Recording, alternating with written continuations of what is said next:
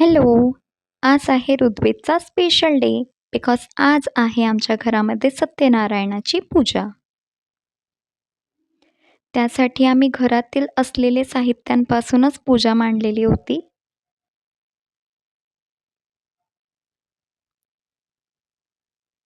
पूजेला बसण्याआधी मी ऋग्वेदला सांगितले की आज आहे आपल्या घरामध्ये सत्यनारायणाची पूजा, तर कथा ऐकशील. पूजेसाठी प्रसाद रेडी केला. त्यानंतर काही ड्रायफ्रुट्सही घेतलेले होते. आपण कोणत्याही पूजेच्या सुरुवातीस कळस पूजन करतो, त्याचप्रमाणे आम्हीही पूजेच्या सुरुवातीस कळस पूजन केलं. कळस पूजन करून झाल्यानंतर गणपतीची पूजा केली.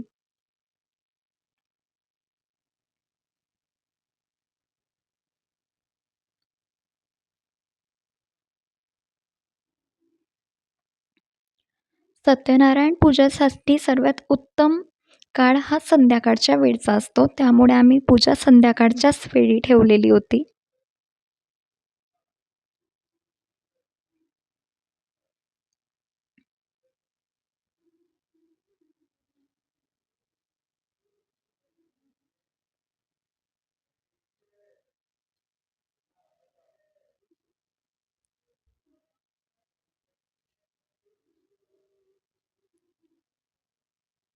सत्यनारायण कथेमध्ये एकूण 5 अध्याय आहे, ज्या अध्यायाचं पठण तथा श्री गणेशाय नमः, श्री ऋग्वेदच्या सरस्वत्यै नमः, पप्पांनी श्री केलं. गुरुवे नमः. नारायणं नमस्कृत्यं नरं चैव नरोत्तमं देवी सरस्वती चैव ततो जयमुदीरयते. सर्वे श्रोतार सावधाना भवन्तु. अध्याय पहिला नैमिषावचारण्यामध्ये ऋग्वेदही ऐकत होता.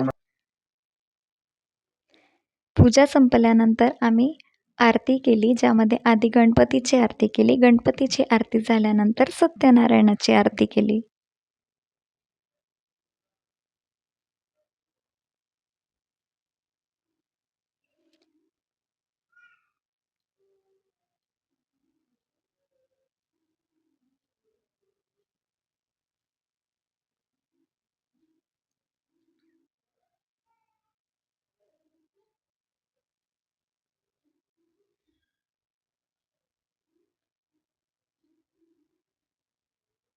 आणि हे काय, ऋग्वेद तर झोपूनच गेला.